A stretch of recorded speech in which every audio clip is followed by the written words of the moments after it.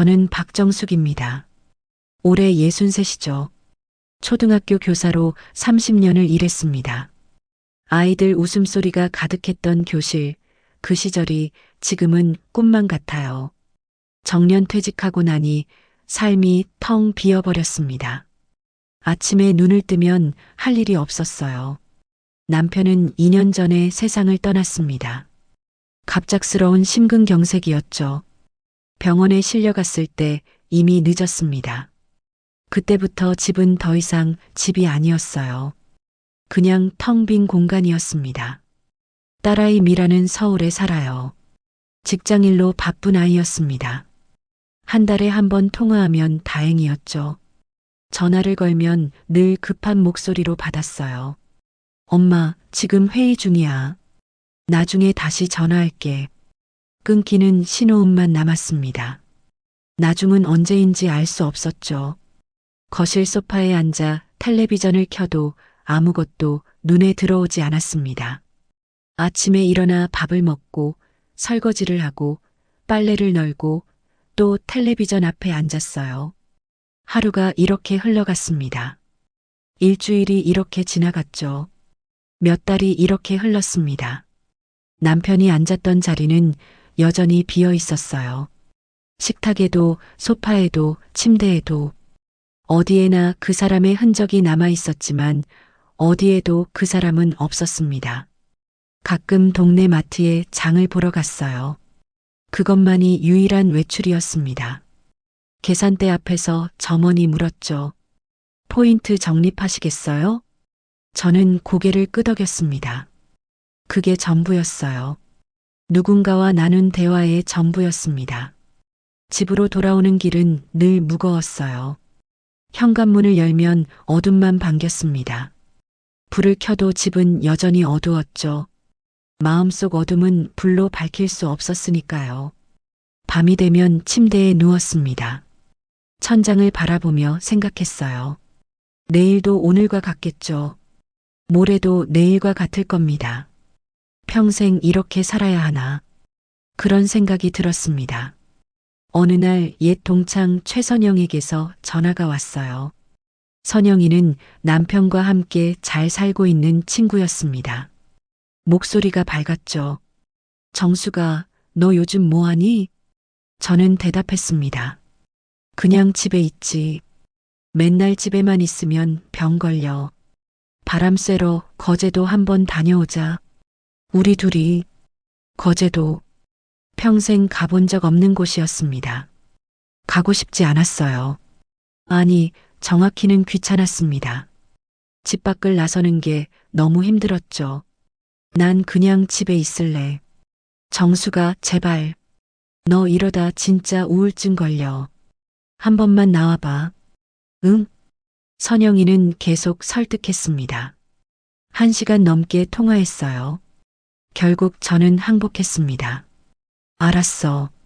갈게. 전화를 끊고 나니 후회가 밀려왔습니다. 왜 승낙했을까? 하지만 이미 늦었어요. 선영이는 바로 여행 날짜를 잡았으니까요. 출발 전날 밤 저는 가방을 쌌습니다. 옷을 몇 벌 넣고 세면도구를 챙겼죠. 오랜만에 하는 여행 준비였습니다. 손이 어색했어요. 거울 앞에 섰습니다. 거울 속 저는 낯설었어요. 머리는 하얗게 새었고 얼굴에는 주름이 가득했습니다. 언제 이렇게 늙었을까? 저는 눈을 감았습니다. 그날 밤 잠이 오지 않았어요. 내일 무슨 일이 일어날지 알 수 없었습니다. 아니, 아무 일도 일어나지 않겠죠. 그냥 여행 갔다가 돌아올 뿐이었으니까요. 하지만 가슴 한구석이 두근거렸습니다. 오랜만에 느끼는 감정이었어요. 기대라고 부르기엔 너무 작았지만 분명 뭔가 달랐습니다. 새벽녘에 잠이 들었습니다. 꿈을 꿨어요. 남편이 나왔습니다. 남편은 웃으며 말했죠. 당신 이제 좀 살아봐. 꿈에서 깨어났을 때 베개가 젖어 있었습니다. 울었던 모양이에요.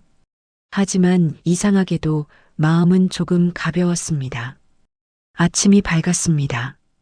출발할 시간이었죠. 아침 7시 선영이가 차를 몰고 집 앞에 도착했습니다. 경적을 울렸어요. 저는 가방을 들고 나갔죠. 선영이는 창문을 내리고 손을 흔들었습니다. 정수가 빨리 타. 차에 올라타니 선영이가 환하게 웃었어요. 오랜만에 보는 친구의 얼굴이었습니다. 주름이 늘긴 했지만 여전히 밝은 표정이었죠. 우와, 진짜 나왔네. 나 오늘 너 안 나올 줄 알았어. 약속했잖아. 그래도 너 성격에 마음 바뀔 줄 알았지. 선영이는 운전대를 잡으며 말했습니다. 오늘은 진짜 재밌게 놀자. 응? 저는 고개를 끄덕였어요. 하지만 솔직히 기대는 안 됐습니다. 그냥 다녀오면 그만이었죠. 고속도로에 진입했습니다. 차창 밖으로 풍경이 빠르게 지나갔어요. 산과 들판, 그리고 하늘. 오랜만에 보는 바깥 풍경이었습니다. 신기하게도 마음이 조금 열리는 느낌이었죠. 선영이가 라디오를 켰습니다. 경쾌한 음악이 흘러나왔어요. 선영이는 음악에 맞춰 어깨를 들썩였습니다. 정수가, 너 거제도 처음이지? 응. 한 번도 안 가봤어. 바다 진짜 예쁘더라. 우리 회도 먹고 해안도로도 드라이브하고 완전 힐링 코스야. 선영이는 신이 나서 떠들었습니다. 저는 그저 듣고만 있었어요. 대답하기가 귀찮았죠. 아니, 정확히는 대화하는 게 어색했습니다. 너무 오래 혼자 있었으니까요. 1시간쯤 지났을까? 휴게소에 들렀습니다. 화장실을 다녀오고 커피를 샀어요. 선영이는 호두과자를 사왔습니다. 하나 먹어봐. 여기 거 맛있어. 저는 한 입 베어 물었습니다. 달콤했어요. 오랜만에 먹는 간식이었죠. 집에서는 이런 거 사 먹을 생각도 안 했으니까요. 다시 차에 올랐습니다. 거제까지는 2시간 정도 남았다고 했어요. 선영이는 계속 이야기를 이어갔습니다. 정수가, 너 진짜 집에만 있으면 안 돼. 사람은 사람을 만나야 해. 나 괜찮아. 무슨 소리야? 안 괜찮은 거 눈에 다 보이는데. 선영이의 목소리가 조금 낮아졌습니다. 너 형부 떠나보내고 많이 힘들었지. 나도 알아. 근데 이제 좀 살아야지. 형부도 그걸 바랄 거야. 저는 대답하지 않았습니다. 목이 메어왔어요. 선영이는 더 이상 그 이야기를 꺼내지 않았죠. 차는 계속 달렸습니다. 어느새 바다가 보이기 시작했어요. 푸른 물결이 햇빛에 반짝였습니다. 저는 창밖을 물끄러미 바라봤어요. 남편과 함께 바다에 온 적이 있었습니다. 신혼여행 때였죠.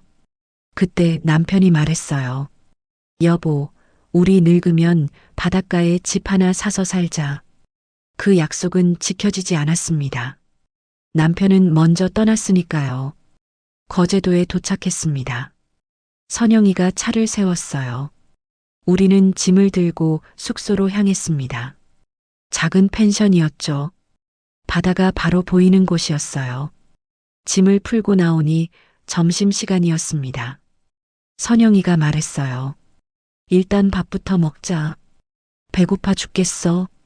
우리는 근처 식당으로 갔습니다. 해물탕을 시켰어요. 뜨끈한 국물이 입안을 데웠죠. 오랜만에 제대로 된 식사였습니다. 집에서는 대충 끼니를 때웠으니까요. 맛있지? 역시 바닷가 음식은 다르다니까. 선영이는 계속 반찬을 제 앞으로 밀어줬습니다. 어머니처럼 챙겨주는 친구였어요. 고마웠습니다. 식사를 마치고 나왔습니다. 선영이가 말했죠. 이제 본격적으로 여행 시작이야. 일단 바다부터 보러 가자. 우리는 해안가로 걸어갔습니다. 바닷바람이 얼굴을 스쳤어요. 시원했습니다. 파도 소리가 귀를 채웠죠. 저는 멈춰 섰습니다. 바다를 바라봤어요. 넓었습니다. 끝이 보이지 않았죠. 저의 삶도 이렇게 넓어질 수 있을까? 그런 생각이 문득 들었습니다. 선영이가 제 팔을 잡았어요. 정수가 있잖아. 응? 너 이번 여행에서 좋은 인연 생기면 인생 반전 아니겠어? 갑자기 무슨 소리인지 몰랐습니다. 저는 선영이를 쳐다봤어요. 무슨 소리야? 아니, 그냥 우리 나이에도 연애할 수 있잖아. 누가 알아? 여기서 멋진 남자 만날 수도 있지. 선영이는 장난스럽게 웃었습니다. 저는 손을 휘저으며 말했죠. 말도 안 돼. 내가 무슨 연애야. 왜 안 돼? 너 아직 젊어. 63이 뭐 대수야. 요즘 예수는 새파랗게 젊은 나이라고. 저는 웃어넘겼습니다. 하지만 가슴 한구석이 이상하게 간지러웠어요. 연애. 그 단어를 얼마 만에 듣는 걸까? 남편과 사랑했던 기억이 떠올랐습니다. 설레던 순간들, 행복했던 시간들. 그게 벌써 몇십 년 전 일이었죠. 다시 그런 감정을 느낄 수 있을까? 저는 고개를 저었습니다. 말도 안 되는 상상이었어요. 하지만 그날 밤 잠자리에 누워서 선영이의 말이 자꾸 떠올랐습니다. 좋은 인연, 인생 반전, 그런 일이 정말 일어날 수 있을까? 저는 천장을 바라봤어요. 어둠 속에서 희미한 기대가 피어올랐습니다. 인정하고 싶지 않았지만 분명히 있었어요. 묘한 설렘이. 다음 날 아침 선영이가 저를 깨웠습니다. 정수가 일어나. 오늘 장터 가보자. 진짜 재밌대. 눈을 비비며 일어났어요. 창밖으로 햇살이 쏟아져 들어왔습니다. 오랜만에 상쾌한 아침이었죠. 세수를 하고 옷을 갈아입었습니다. 거울을 보니 제 얼굴이 어제보다 좀 밝아 보였어요. 기분 탓이겠죠. 아침을 먹고 우리는 펜션을 나섰습니다. 선영이가 지도를 보며 길을 찾았어요. 여기서 10분만 걸어가면 나온대. 매주 토요일마다 서는 장터래. 좁은 골목길을 따라 걸었습니다. 양옆으로 낡은 집들이 늘어서 있었어요. 빨래가 너풀거리고 고양이가 담벼락 위를 걸어갔죠. 정겨운 풍경이었습니다. 조금 더 걸어가자 사람들 목소리가 들렸어요. 왁자지껄했습니다. 모퉁이를 돌아서니 장터가 나타났죠. 작은 광장이었습니다. 천막들이 줄지어 서 있었어요. 과일, 채소, 생선, 옷까지 온갖 물건이 쌓여 있었죠. 사람들이 북적댔습니다. 할머니들이 좌판을 펴고 앉아 호객을 했어요. 고구마 한 봉지 1,000원이야. 1,000원. 멸치 싸게 가져가요. 여기 봐요. 활기찬 목소리들이 공기를 채웠습니다. 저는 그 풍경을 바라보며 걸음을 멈췄어요. 오랜만에 느껴보는 삶의 온기였습니다. 선영이가 제 손을 잡아 끌었어요. 여기 봐. 저기 고구마 진짜 맛있어 보인다. 우리는 한 좌판 앞에 멈춰 섰습니다. 할머니 한 분이 앉아 계셨어요. 주름 가득한 얼굴에 환한 미소를 띠고 계셨죠. 어머, 손님들 어디서 오셨어요? 선영이가 대답했습니다. 서울에서 왔어요. 여행 왔습니다. 그래요? 어머, 멀리서 오셨네. 우리 고구마 한번 맛보세요. 이거 우리 밭에서 직접 캔 거예요. 할머니는 고구마 한 개를 집어들었어요. 흙이 묻어 있었습니다. 투박했지만 정직한 느낌이었죠. 얼마예요? 1,000원이야. 한 봉지에. 선영이가 지갑을 꺼내려 하자 할머니가 손을 휘저었습니다. 아이고, 됐어요. 그냥 하나 맛보기로 가져가세요. 서울서 왔는데 인심은 베풀어야지. 할머니는 비닐봉지에 고구마를 담아 주었어요. 저는 얼떨결에 받았습니다. 감사합니다. 천만에요. 그나저나 아가씨들 아직 젊으시네. 예수는 안 됐죠? 저는 얼굴이 뜨거워졌습니다. 아가씨라니. 63인데 무슨 아가씨예요. 예순 넘었어요. 어머, 그래요? 안 그래 보이는데. 피부도 좋으시고 관리 잘하시나 봐. 옆에 있던 다른 할머니가 끼어들었습니다. 맞아. 아직 총각 만나도 되겠구먼. 우리 동네에 혼자 사는 할배 소개해 줄까? 할머니들이 웃음을 터뜨렸어요. 저는 손을 내저으며 말했습니다. 아니에요. 저 그런 거 아니에요. 왜 아니야? 나이가 무슨 상관이야. 사람은 죽을 때까지 사랑해야지. 그러게요. 우리 옆집 할매는 이른에 재혼했어요. 지금 완전 신혼처럼 산다니까. 할머니들은 계속 떠들었습니다.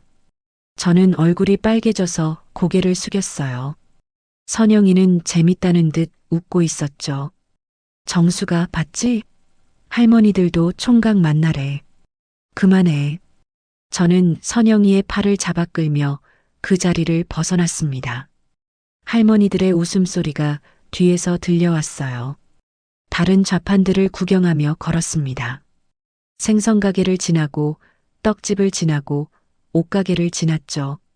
하지만 저는 집중할 수 없었어요. 아까 할머니들이 한 말이 계속 귓가에 맴돌았습니다. 아직 젊다. 총각 만나도 되겠다. 그 말들이 제 안에서 무언가를 흔들어 놓았어요. 오랜만에 느끼는 감정이었습니다. 부끄러움? 아니, 그것보다 더 복잡한 거였어요. 저는 여자였습니다. 한때 누군가의 아내였고 누군가의 연인이었죠. 하지만 남편이 떠나고 나서 저는 그냥 엄마였고 할머니였고 빈집에 사는 노인이었어요. 여자로서의 저는 어디론가 사라져버렸습니다. 그런데 오늘 낯선 할머니들이 저를 여자로 봐줬어요. 아직 사랑할 수 있는 사람으로 봐줬죠. 그게 이렇게 큰 울림으로 다가올 줄 몰랐습니다. 선영이가 제 어깨를 툭 쳤어요. 정수가 왜 그래? 얼굴 빨개졌어. 아니야. 그냥 더워서. 더운 게 아니라 부끄러운 거지. 인정해. 할머니들 말 듣고 설렜지? 설레긴 뭘 설레. 말도 안 돼. 저는 부인했습니다. 하지만 선영이는 제 마음을 다 아는 것 같았어요. 친구는 씩 웃으며 말했습니다. 뭐, 나쁜 건 아니지. 사람은 누군가 자기를 봐주길 바라잖아. 특히 여자로서 봐주는 거. 그게 얼마나 소중한 건데. 선영이의 말이 가슴에 와닿았습니다. 맞아요. 저는 오랫동안 아무도 저를 여자로 봐주지 않았어요. 거울 속 제 모습조차 그냥 늙은 사람일 뿐이었죠. 우리는 장터를 한 바퀴 더 돌았습니다. 과일도 사고 해산물도 샀어요. 선영이는 계속 흥겹게 떠들었고 저는 조용히 따라다녔죠. 하지만 제 마음속은 조용하지 않았습니다. 무언가 꿈틀거리고 있었어요. 잊고 살았던 감정들이 깨어나는 것 같았습니다. 돌아오는 길 저는 하늘을 올려다봤어요. 구름이 천천히 흘러가고 있었습니다. 바람이 머리카락을 흩날렸죠. 문득 생각했습니다. 아직 늦지 않았을지도 모른다고. 인생이 끝난 게 아닐지도 모른다고. 다시 누군가를 만나고 다시 설레고 다시 살아갈 수 있을지도 모른다고. 그 생각만으로도 가슴이 두근거렸습니다. 장터에서 돌아온 오후 선영이가 제안했습니다. 정수가 바닷가 산책할까? 날씨 너무 좋은데. 저는 고개를 끄덕였어요. 나쁘지 않았습니다. 우리는 해안도로를 따라 걸었습니다. 푸른 바다가 눈앞에 펼쳐졌어요. 파도가 철썩거렸죠. 갈매기들이 하늘을 날았습니다. 저는 모자를 눌러 썼어요. 햇살이 강했거든요. 여기 진짜 예쁘다. 사진 찍자. 선영이가 핸드폰을 꺼냈습니다. 저는 카메라를 향해 어색하게 웃었어요. 사진 찍는 게 얼마만인지 모르겠더라고요. 좋아. 이거 나중에 보내줄게. 우리는 계속 걸었습니다. 바람이 점점 거세졌어요. 시원했지만 조금 세기도 했죠. 저는 모자를 다시 한번 눌렀었습니다. 그런데 그때였습니다. 갑자기 강한 바람이 불어왔어요. 제 모자가 머리에서 벗겨졌습니다. 아! 모자가 공중으로 떠올랐어요. 바람을 타고 빙글빙글 돌았죠. 저는 당황해서 손을 뻗었지만 닿지 않았습니다. 모자는 계속 날아갔어요. 정수가 모자. 선영이가 소리쳤습니다. 저는 황급히 모자를 쫓아 뛰었어요. 하지만 60대 몸으로 빨리 달릴 수 없었죠. 숨이 찼습니다. 모자는 계속 날아갔습니다. 점점 멀어졌어요. 포기해야 하나 싶었죠. 그때 누군가 나타났습니다. 키 큰 남자였어요. 재빠르게 달려가더니 공중에서 모자를 낚아챘습니다. 한 손으로 잡아챘죠. 저는 헐떡이며 멈춰섰습니다. 남자가 천천히 이쪽으로 걸어왔어요. 모자를 들고요. 이거 찾으시는 거죠? 남자가 웃으며 말했습니다. 저는 숨을 고르며 고개를 끄덕였어요. 네, 감사합니다. 모자를 건네받으려는 순간 우리 눈이 마주쳤습니다. 시간이 멈춘 것 같았어요. 남자의 눈동자는 짙은 갈색이었습니다. 주름이 있었지만 온화한 눈빛이었죠. 저는 숨을 멈췄습니다. 심장이 이상하게 뛰었어요. 남자도 저를 가만히 바라봤습니다. 몇 초였을까요? 아니면 더 길었을까요?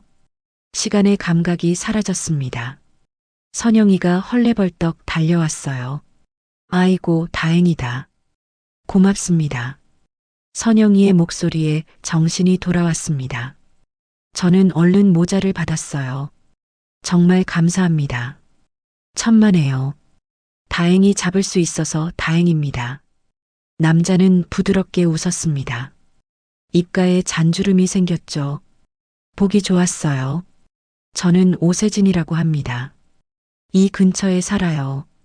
아, 네. 저는 박정숙이고요.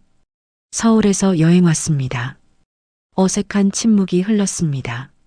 뭔가 더 말해야 할 것 같았지만 입이 떨어지지 않았어요. 선영이가 끼어들었습니다. 저흰 내일 돌아가요. 짧게 놀러 왔거든요. 그렇군요. 좋은 추억 많이 만드시길 바랍니다. 오세진이 고개를 숙였습니다. 그리고 돌아서려 했죠. 저도 인사를 하려 했어요. 하지만 오세진이 멈춰섰습니다. 뭔가 생각난 듯 돌아봤죠. 혹시 저녁 식사는 하셨어요? 갑작스러운 질문이었습니다. 저는 당황했어요. 아니요. 아직이요. 그럼 제가 아는 좋은 횟집이 있는데 가보시겠어요? 진짜 맛있어요. 선영이가 제 옆구리를 슬쩍 찔렀습니다. 저는 선영이를 쳐다봤어요. 선영이는 씩 웃고 있었죠. 좋죠. 가요. 선영이가 대답했습니다. 저는 아무 말도 못했어요. 그냥 고개를 끄덕였습니다. 횟집은 바닷가 근처에 있었습니다. 작은 가게였어요. 하지만 깔끔했죠. 우리는 자리에 앉았습니다. 오세진이 회를 주문했어요. 사장님, 오늘 들어온 거 좋은 걸로 주세요. 알았어요, 세진 씨. 사장님이 익숙하게 대답했습니다. 단골인가 봤어요. 회가 나왔습니다. 싱싱했어요. 투명하게 빛났죠. 오세진이 말했습니다. 어서 드세요. 여긴 진짜 맛있어요. 저는 젓가락을 들었습니다. 초고추장에 찍어 한 점 입에 넣었어요. 쫄깃했습니다. 고소하고 달았죠. 맛있네요. 다행입니다. 오세진이 웃었습니다. 선영이가 말을 꺼냈어요. 세진 씨는 여기 오래 사셨어요? 네. 태어난 곳은 부산인데 거제에서 일하다 보니 여기 정착했어요. 30년 넘게 살았네요. 무슨 일 하세요? 조선소에서 일했습니다. 기술자였죠. 지금은 은퇴했어요. 아, 그러시구나. 저희는 둘 다 교사였어요. 정수기는 초등학교, 저는 중학교. 대화가 이어졌습니다. 저는 거의 듣기만 했어요. 선영이가 대부분 말했죠. 그런데 오세진이 저를 쳐다봤습니다. 정숙 씨는 어떠세요? 은퇴하고 나니까요. 저는 잠시 망설였습니다. 뭐라 대답해야 할까요? 외롭다고 말할까요? 공허하다고 말할까요? 글쎄요. 적응이 안 되네요. 저도 그랬어요. 오세진이 조용히 말했습니다. 은퇴하고 나니 뭘 해야 할지 모르겠더라고요. 일만 하다 살았거든요. 그런데 갑자기 아무것도 안 하니까 허전했어요. 그의 목소리에 쓸쓸함이 묻어났습니다. 저는 그를 바라봤어요. 오세진도 저를 보고 있었습니다. 뭔가 통하는 게 있었어요. 말로 하지 않아도 알 수 있었죠. 우리는 비슷한 외로움을 안고 사는 사람들이었습니다. 가족은 있으세요? 제가 조심스럽게 물었습니다. 아내를 오래전에 떠나보냈어요. 아들은 외국에 있고요. 지금은 혼자 삽니다. 저도요. 남편이 떠났어요. 딸은 서울에 있고 혼자 살죠. 우리는 잠시 말없이 마주봤습니다. 그리고 동시에 슬픈 미소를 지었어요. 같은 아픔을 아는 사람들의 미소였습니다. 식사를 마치고 나왔을 때 해가 지고 있었어요. 하늘이 붉게 물들었습니다. 아름다웠죠. 오늘 고마웠습니다. 덕분에 좋은 저녁 먹었어요. 제가 말했습니다. 저도 즐거웠습니다. 오랜만에 좋은 분들과 이야기했네요. 오세진이 손을 내밀었어요. 악수를 청하는 거였습니다. 저는 손을 내밀었죠. 그의 손은 따뜻했습니다. 거칠었지만 믿음직했어요. 악수가 끝났습니다. 하지만 저는 그 온기를 계속 느낄 수 있었어요. 손바닥에 남아 있었습니다. 거제에서 돌아온 뒤 오세진에게서 문자가 왔습니다. 잘 도착하셨나요? 좋은 여행이었길 바랍니다. 저는 핸드폰을 들고 한참을 망설였어요. 답장을 해야 할까? 그냥 넘어가야 할까? 손가락이 떨렸습니다. 결국 답장을 보냈습니다. 네, 잘 도착했습니다. 좋은 시간이었어요. 감사합니다. 문자를 보내고 나니 가슴이 두근거렸어요. 이게 뭘까? 저는 핸드폰을 내려놓고 한숨을 쉬었습니다. 며칠 후 오세진에게서 또 문자가 왔습니다. 혹시 시간 되시면 서울 구경 좀 시켜주실 수 있나요? 오랜만에 서울 갈 일이 생겼어요. 저는 깜짝 놀랐습니다. 서울에 온다고요? 심장이 빠르게 뛰었어요. 그러세요. 언제 오시는데요? 이번 주 토요일이요. 괜찮으시면 점심이라도 같이 하고 싶습니다. 저는 달력을 봤어요. 토요일? 아무 일정도 없었습니다. 사실 매일이 그랬죠. 좋아요. 만나요. 토요일이 왔습니다. 저는 아침부터 옷장 앞에 서 있었어요. 뭘 입어야 할까? 평소 입던 편한 옷들이 마음에 안 들었습니다. 너무 촌스러웠죠. 결국 예전에 사둔 니트를 꺼냈습니다. 거의 안 입던 옷이었어요. 거울 앞에 섰죠. 어색했지만 나쁘지 않았습니다. 화장도 했습니다. 몇 년 만인지 모르겠더라고요. 손이 떨려서 립스틱을 제대로 바르지 못했어요. 몇 번을 지우고 다시 발랐습니다. 약속 장소는 종로의 카페였습니다. 제가 먼저 도착했어요. 자리에 앉아 기다렸죠. 손이 축축했습니다. 긴장됐어요. 오세진이 들어왔습니다. 깔끔한 재킷을 입고 있었어요. 저를 보자 환하게 웃었습니다. 오래 기다리셨어요? 아니요. 저도 방금 왔어요. 우리는 커피를 주문했습니다. 창밖으로 사람들이 오갔어요. 오세진이 말했습니다. 서울은 역시 사람이 많네요. 그렇죠. 늘 이래요. 저는 이제 이런 데서 못 살 것 같아요. 거제가 편해졌어요. 우리는 이런저런 이야기를 나눴습니다. 날씨 이야기, 음식 이야기, 동네 이야기.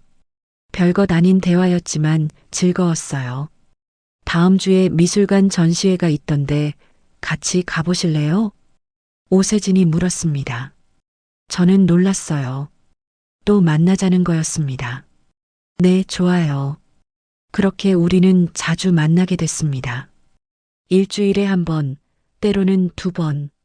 카페에서 만나고 공원을 산책하고 전시회에 갔죠.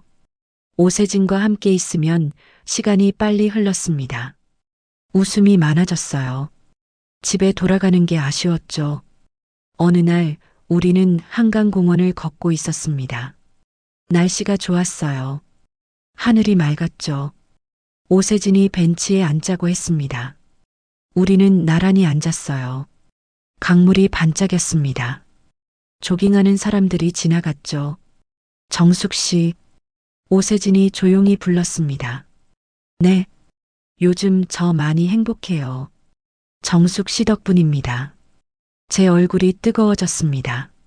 뭐라 대답해야 할지 몰랐어요. 저도요. 그때였습니다. 익숙한 목소리가 들렸어요. 어머, 정수가. 깜짝 놀라 돌아봤습니다. 선영이었어요. 운동복을 입고 있었죠. 선영아, 여기서 뭐해? 어머, 이분은? 선영이는 오세진을 보며 눈을 동그랗게 떴습니다. 저는 당황했어요. 아, 이분은 거제에서 만난 오세진 씨고. 아, 그때 그분. 어머, 둘이 무슨 사이야? 선영이가 장난스럽게 웃었습니다. 제 얼굴이 빨개졌어요. 아니야. 그냥 친구로 지내는 거야. 친구? 얼굴 봐. 완전 빨개졌잖아. 오세진이 웃으며 말했습니다. 좋은 친구지만 더 가까워질 수도 있겠죠. 선영이가 박수를 쳤어요. 어머, 세진 씨 멋진데? 정수가 너 좋겠다. 저는 손을 내저었습니다. 선영아, 그만해. 왜? 좋은 일인데. 세진 씨, 우리 정숙이 잘 부탁해요. 선영이는 윙크를 하고 가버렸습니다. 저는 얼굴을 가렸어요. 너무 부끄러웠습니다. 죄송해요. 친구가 좀 그래요. 괜찮아요. 좋은 친구시네요. 오세진은 웃고 있었습니다. 저는 진정이 안 됐어요. 집으로 돌아오는 길, 저는 복잡한 생각에 빠졌습니다. 더 가까워질 수도 있다. 오세진의 그 말이 계속 맴돌았어요. 정말 그럴 수 있을까? 저는 이제 63입니다. 남편을 떠나보낸 지 2년밖에 안 됐어요. 다시 누군가를 만난다는 게 맞는 걸까? 남편 생각이 났습니다. 남편의 얼굴, 남편의 목소리. 저는 눈을 감았어요. 미안했습니다. 당신을 잊고 다른 사람과 웃고 있다니 배신하는 것 같았죠. 그리고 딸 미라. 만약 미라가 알면 뭐라고 할까? 반대할 겁니다. 분명히요. 엄마가 다른 남자를 만난다니 이해하지 못할 거예요. 저는 한숨을 쉬었습니다. 왜 이렇게 복잡할까? 그냥 행복하면 되는 건데. 그게 안 됐어요. 밤에 침대에 누웠습니다. 천장을 바라봤어요. 남편의 사진이 침대 옆 탁자에 있었습니다. 저는 사진을 들었어요. 여보, 나 이래도 괜찮을까? 사진은 대답하지 않았습니다. 당연하죠. 하지만 남편이라면 뭐라고 했을까? 행복하라고 했을까? 아니면 배신이라고 했을까? 저는 알 수 없었습니다. 그래서 더 괴로웠어요. 핸드폰이 울렸습니다. 오세진에게서 온 문자였어요. 오늘도 좋은 시간이었습니다. 다음 주에 또 만나요. 편히 주무세요. 저는 문자를 읽고 또 읽었습니다. 가슴이 따뜻해졌어요. 하지만 동시에 무거웠죠. 저는 답장을 보냈습니다. 네. 편히 주무세요. 핸드폰을 내려놓았습니다.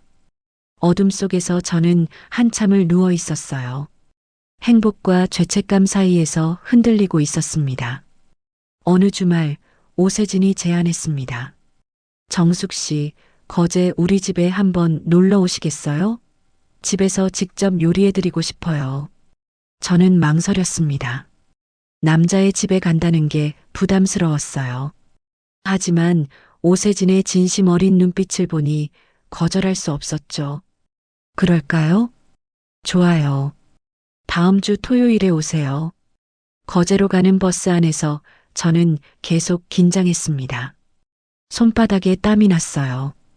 왜 이렇게 떨릴까? 그냥 친구 집에 가는 건데. 오세진의 집은 바다가 보이는 작은 아파트였습니다. 현관문을 열자 깔끔한 거실이 보였어요. 생각보다 정돈되어 있었죠. 어서 오세요. 앉으세요. 오세진이 웃으며 맞아줬습니다. 저는 소파에 앉았어요. 커피 향이 났습니다. 커피 드릴게요. 잠깐만 기다리세요. 오세진은 부엌으로 갔습니다. 저는 거실을 둘러봤어요. 벽에는 가족 사진이 걸려 있었습니다. 젊은 시절의 오세진, 그리고 아내와 아들. 행복해 보였죠. 책장에는 책들이 빼곡했습니다. 공학 서적들이 대부분이었어요. 역시 기술자셨구나 싶었습니다. 그때 책상 위에 서류 뭉치가 눈에 들어왔습니다. 정리되지 않은 채 쌓여 있었어요. 저는 특별한 생각 없이 가까이 갔습니다. 맨 위 서류에 빨간 글씨가 보였어요. 독촉장. 저는 깜짝 놀랐습니다. 빚이 있는 건가? 손이 움직였습니다. 서류를 살짝 들춰봤어요. 그러면 안 되는 걸 알았지만 멈출 수 없었습니다. 채무 변제 내역서, 사기 혐의 합의서, 집행유예 판결문. 눈앞이 하얘졌습니다. 손이 떨렸어요. 이게 뭘까? 이게 정말일까? 판결문에는 오세진의 이름이 선명했습니다. 15년 전 날짜였어요. 사기죄로 집행유예 2년. 피해액 3천만 원. 머릿속이 복잡해졌습니다. 숨이 막혔어요. 이 사람이 사기꾼이었다고요? 정숙 씨, 커피 나왔어요. 오세진의 목소리가 들렸습니다. 저는 황급히 서류를 내려놓았어요. 돌아섰죠. 오세진이 쟁반을 들고 서 있었습니다. 그리고 제 표정을 봤어요. 그의 얼굴이 굳었습니다. 그걸 보셨군요. 오세진의 목소리가 낮아졌습니다. 쟁반을 테이블에 내려놓았어요. 커피가 조금 흘렀습니다. 저는 말을 할 수 없었습니다. 목이 메었어요. 설명할게요. 제발 들어주세요. 오세진이 다가왔습니다. 저는 뒤로 물러섰어요. 정숙 씨, 이게 뭐예요? 사기꾼이었어요? 제 목소리가 떨렸습니다. 오세진은 고개를 숙였어요. 맞아요. 저는 전과자예요. 그 말을 듣는 순간 심장이 무너지는 것 같았습니다. 15년 전이에요. 제가 사업을 했었어요. 조선소를 그만두고 친구와 함께 작은 회사를 차렸죠. 하지만 실패했어요. 빚이 많았습니다. 오세진은 계속 말했습니다. 투자금을 돌려주지 못했어요. 사람들한테 사기꾼이라는 소리를 들었죠. 고소당했어요. 집행유예를 받았습니다. 왜 말 안 했어요? 제가 소리쳤습니다. 어떻게 말해요? 처음 만났을 때 제가 전과자라고 말할 수 있었겠어요? 그래도 말했어야죠. 저한테 거짓말한 거잖아요. 거짓말 안 했어요. 그냥 말 안 한 거예요. 똑같아요. 저는 가방을 집어들었습니다. 나가야 했어요. 여기 있을 수 없었습니다. 정숙 씨, 제발. 저 정말 반성했어요. 빚도 다 갚았어요. 15년 동안 성실하게 살았어요. 오세진이 제 팔을 잡았습니다. 저는 뿌리쳤어요. 나요. 정숙 씨, 다신 연락하지 마세요. 저는 현관문을 열고 나갔습니다. 뒤에서 오세진이 뭐라고 외쳤지만 듣지 않았어요. 계단을 내려갔습니다. 다리가 후들거렸죠. 밖으로 나왔습니다. 차가운 바람이 얼굴을 때렸어요. 눈물이 흘렀습니다. 배신감이 밀려왔습니다. 제가 믿었던 사람이 거짓말쟁이였어요. 전과자였죠. 저는 완전히 속은 겁니다. 버스 정류장으로 걸어갔습니다. 다리에 힘이 없었어요. 비틀거렸습니다. 버스에 올라탔습니다. 창밖을 봤어요. 눈물이 계속 흘렀죠. 옆자리 사람이 쳐다봤지만 신경 쓰지 않았습니다. 왜 이렇게 아플까? 오세진과 사귄 것도 아닌데, 그냥 친구였는데, 하지만 가슴이 찢어지는 것 같았어요. 행복했던 순간들이 떠올랐습니다. 카페에서 웃던 일, 공원을 걷던 일, 전시회를 보던 일, 모든 게 거짓이었던 걸까? 아니에요. 거짓이 아니었어요. 오세진의 웃음은 진짜였습니다. 그의 외로움도 진짜였죠. 저를 대하는 마음도 진짜였을 거예요. 하지만 그게 중요한가요? 과거를 숨긴 건 사실이잖아요. 저를 속인 건 맞잖아요. 버스는 계속 달렸습니다. 거제를 벗어났어요. 서울로 향했죠. 저는 창밖의 어둠을 바라봤습니다. 텅 빈 느낌이었어요. 다시 혼자가 된 것 같았죠. 집에 도착했습니다. 현관문을 열었어요. 텅 빈 집이 저를 맞았습니다. 외로움이 밀려왔어요. 소파에 주저앉았습니다. 핸드폰을 봤어요. 오세진에게서 문자가 와 있었습니다. 정숙 씨, 미안합니다. 제가 잘못했어요. 저는 문자를 지웠습니다. 핸드폰을 던져버렸어요. 그리고 울었습니다. 한참을 울었죠. 왜 이렇게 아픈지 모르겠었습니다. 일주일이 지났습니다. 저는 집에만 있었어요.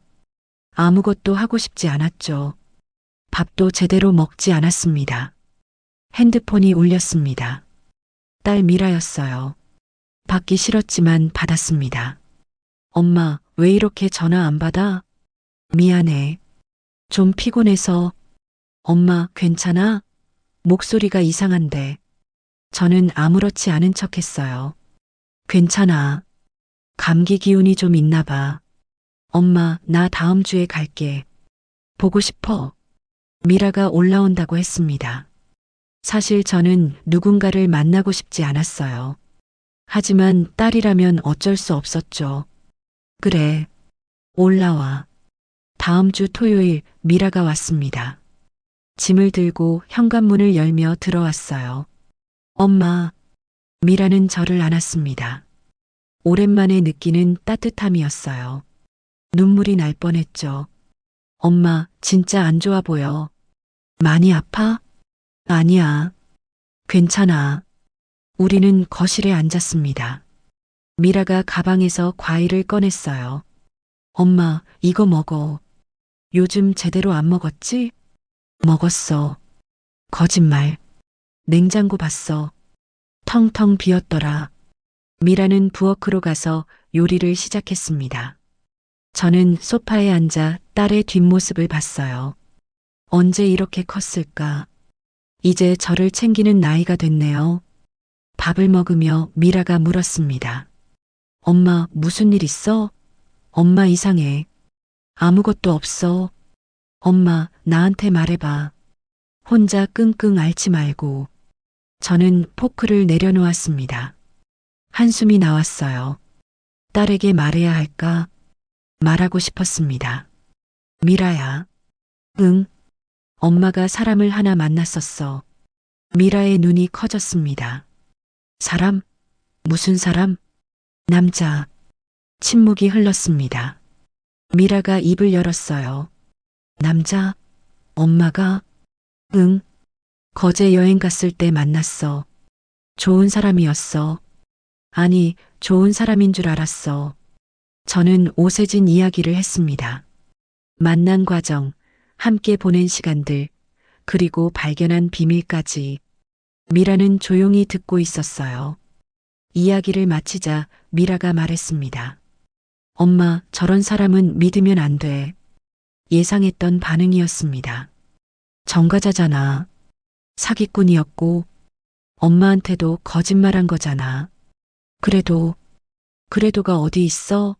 엄마, 정신 차려. 저런 사람 만나면 안 돼. 미라의 목소리가 단호했습니다. 엄마는 순진해. 쉽게 사람 믿어. 그래서 걱정되는 거야. 저런 사람이 또 엄마한테 상처 줄 수도 있어. 알아. 알아. 엄마, 제발. 그 사람 연락 끊어. 약속해. 미라는 제 손을 잡았습니다. 간절한 눈빛이었어요. 저는 고개를 끄덕였습니다. 거짓말이었지만요. 미라가 돌아간 뒤 저는 다시 혼자가 됐습니다. 집은 더 조용했어요. 침대에 누워 천장을 봤습니다. 남편 사진이 보였어요. 저는 사진을 들었습니다. 여보, 나 어떻게 해야 할까? 남편이 살아있었다면 뭐라고 했을까? 문득 남편이 했던 말이 떠올랐습니다. 당신, 사람은 누구나 실수할 수 있어. 중요한 건 그 실수를 인정하고 고치려는 마음이지. 남편은 늘 그런 사람이었습니다. 너그러웠어요. 남을 쉽게 용서했죠. 제가 실수했을 때도 화내지 않았습니다. 그저 안아주며 괜찮다고 했어요. 만약 남편이 오세진을 만났다면 분명 이해했을 겁니다. 과거는 과거일 뿐이라고 했을 거예요. 저는 눈을 감았습니다. 오세진의 얼굴이 떠올랐어요. 그의 웃음, 그의 온화한 눈빛, 그의 외로움. 그는 정말 나쁜 사람일까? 15년 전 실수를 한 사람일 뿐이지 않을까? 며칠 후 우편함에 편지가 와 있었습니다. 거제에서 온 편지였어요. 오세진이었습니다. 손이 떨렸습니다. 편지를 열었어요. 정숙 씨께 제가 정말 잘못했습니다. 처음부터 말했어야 했어요. 하지만 용기가 없었습니다. 당신이 떠날까봐 두려웠어요. 15년 전 제가 한 일은 평생 후회하고 있습니다. 빚은 다 갚았고 피해자들에게도 사과했습니다. 성실하게 살려고 노력했어요. 하지만 그게 변명이 될 순 없겠죠. 당신을 속인 건 사실이니까요. 다만 한 가지만은 알아주세요. 당신과 보낸 시간은 거짓이 아니었어요. 제 마음은 진심이었습니다.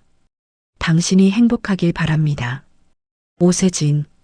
편지를 읽고 또 읽었습니다. 눈물이 흘렀어요. 가슴이 아팠습니다. 저는 편지를 가슴에 안았습니다. 그리고 결심했어요. 다시 만나야겠다고. 거제행 버스에 올랐습니다. 심장이 빠르게 뛰었어요. 오세진은 뭐라고 할까? 저를 받아줄까? 오세진의 집 앞에 섰습니다. 초인종을 눌렀어요. 문이 열렸습니다. 오세진이 나타났습니다. 깜짝 놀란 표정이었어요. 정숙 씨? 편지 받았어요. 들어오세요. 거실에 앉았습니다. 오세진은 저를 조심스럽게 쳐다봤어요. 세진 씨. 네. 저도 미안해요. 그렇게 화내고 나왔던 것. 아니에요. 당연히 화낼 수 있어요. 하지만 생각했어요. 과거는 과거일 뿐이라고. 중요한 건 지금이라고. 오세진의 눈에 눈물이 맺혔습니다. 정숙 씨, 다시 시작해요. 이번엔 서로 솔직하게. 오세진이 제 손을 잡았습니다. 따뜻했어요. 저는 손을 꼭 잡았습니다. 창밖으로 햇살이 쏟아졌습니다. 따뜻한 봄날이었어요. 그날 이후 저는 자주 거제로 내려갔습니다. 오세진과 함께 바닷가를 걷고 장터에 가고 저녁을 함께 먹었어요. 서울 집은 점점 낯설어졌습니다. 어느 날 오세진이 말했습니다. 정숙 씨, 여기서 살면 어때요? 저는 놀랐습니다. 여기서요? 네. 서울에 혼자 있는 것보다 여기가 좋지 않을까요? 바다도 있고 공기도 좋고. 저는 잠시 생각했습니다. 거제에서 산다. 나쁘지 않았어요. 아니, 좋았습니다. 그런데 뭘 하며 지내죠? 우리 뭔가 해봐요. 작은 가게라도. 오세진의 눈이 반짝였습니다. 저도 마음이 설렜어요. 무슨 가게요? 책방은 어때요? 정숙 씨는 교사셨잖아요. 책 좋아하시고 카페도 함께하면 좋을 것 같아요. 책방 겸 카페. 상상만 해도 멋졌습니다. 저는 웃었어요. 좋네요. 우리는 바로 준비를 시작했습니다. 작은 가게 자리를 알아봤어요.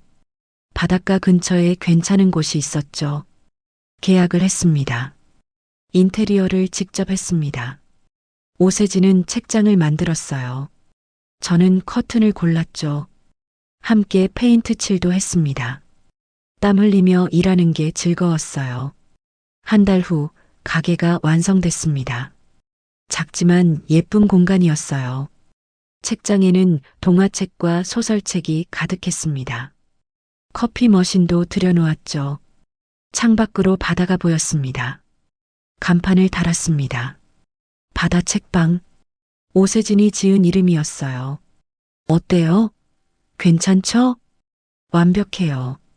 개업 첫날 손님은 많지 않았습니다. 할머니 두 분이 오셨어요. 장터에서 봤던 분들이었죠. 어머, 여기 가게 차렸네? 네. 책방이에요. 커피도 팔고요. 좋다. 우리 동네에 이런 데가 없었는데. 자주 올게. 할머니들은 커피를 한 잔씩 시켰습니다. 창가에 앉아 수다를 떨었어요. 저는 그 모습을 보며 뿌듯했습니다. 며칠 후 아이들이 오기 시작했습니다. 학교 끝나고 들르는 거였어요. 동화책을 읽고 과자를 먹었죠. 아줌마, 여기 매일 와도 돼요? 한 아이가 물었습니다. 그럼, 언제든지 와. 아이는 환하게 웃었습니다. 저는 그 웃음이 좋았어요. 교사 시절이 떠올랐죠. 가게는 조금씩 소문이 났습니다. 동네 사람들이 찾아왔어요. 어르신들은 차를 마시며 이야기를 나눴습니다. 아이들은 숙제를 했죠. 젊은 사람들은 책을 읽었어요. 저는 행복했습니다. 이곳은 단순한 가게가 아니었어요. 사람들이 모이는 곳이었죠. 외로운 사람들이 와서 위로받는 공간이었습니다. 오세진도 즐거워했습니다. 손님들과 이야기하고 커피를 내리고 아이들과 놀아줬어요. 그의 얼굴은 늘 밝았습니다. 어느 날 저녁 손님이 다 돌아간 뒤 우리는 창가에 앉았습니다. 노을이 지고 있었어요. 하늘이 붉게 물들었죠. 정숙 씨, 응? 행복해요. 오세진이 조용히 말했습니다. 저는 그의 손을 잡았어요. 저도요. 처음 만났을 때 이렇게 될 줄 몰랐어요. 그냥 좋은 사람이라고만 생각했는데, 저도요. 단순히 친구로 지낼 줄 알았어요. 근데 이제는 당신 없인 못 살 것 같아요. 오세진의 눈이 촉촉했습니다. 저도 눈물이 났어요. 하지만 슬픈 눈물이 아니었습니다. 행복한 눈물이었죠. 세진 씨, 우리 평생 함께해요. 그럼요. 당연하죠. 우리는 웃었습니다. 그리고 바다를 바라봤어요. 파도가 철썩거렸습니다. 갈매기가 날아갔죠. 겨울이 왔습니다. 가게는 더욱 따뜻해졌어요. 난로를 피워놓고 뜨거운 코코아를 팔았습니다. 어르신들은 난로 옆에 앉아 옛날 이야기를 했어요. 아이들은 담요를 덮고 책을 읽었죠. 크리스마스에 딸 미라가 내려왔습니다. 처음엔 걱정하던 딸이었어요. 하지만 가게를 보고 표정이 밝아졌습니다. 엄마, 여기 정말 좋다. 그치? 엄마 표정이 달라졌어. 진짜 행복해 보여. 미라는 오세진과도 이야기를 나눴습니다. 처음엔 어색했지만 금방 편해졌어요. 세진 아저씨, 엄마 잘 부탁드려요. 그럼요. 평생 잘할게요. 오세진이 진지하게 대답했습니다. 미라는 안심한 듯 웃었어요. 밤에 미라가 말했습니다. 엄마, 처음엔 반대했잖아. 미안해. 괜찮아. 내 마음 알아. 근데 이제는 알겠어. 엄마한테 세진 아저씨가 필요한 거, 엄마도 사랑받을 자격이 있는 거, 저는 딸을 안았습니다. 가슴이 벅찼어요. 봄이 왔습니다. 벚꽃이 피었어요. 우리는 가게 앞에 벤치를 놓았습니다. 손님들이 앉아 벚꽃을 볼 수 있게요. 오세진과 저는 벤치에 나란히 앉았습니다. 바람이 불 때마다 꽃잎이 날렸어요. 아름다웠습니다. 정숙 씨, 감사해요. 뭐가요? 제 인생에 다시 와줘서. 저는 오세진의 어깨에 기댔습니다. 저야말로 고마워요. 세진 씨가 제 인생을 다시 살게 해줬어요. 60을 넘은 나이에 다시 사랑을 만났습니다. 처음엔 불가능하다고 생각했어요. 늦었다고 생각했죠. 하지만 아니었습니다. 사랑에는 나이가 없었어요. 60대에도 70대에도 사랑은 찾아옵니다. 중요한 건 그 사랑을 받아들이는 용기였어요. 과거를 용서하는 마음이었죠. 그리고 함께 미래를 만들어가는 의지였습니다. 우리는 단순한 연인이 아니었습니다. 서로의 노후를 함께하는 동반자였어요. 외로움을 채워주는 친구였죠. 인생의 마지막 여정을 함께 걷는 동료였습니다. 바다는 오늘도 출렁이고 있었습니다. 파도는 끊임없이 밀려왔어요. 그리고 우리의 삶도 그렇게 계속되고 있었습니다. 황혼의 새로운 시작. 우리의 이야기는 이제 막 시작이었습니다.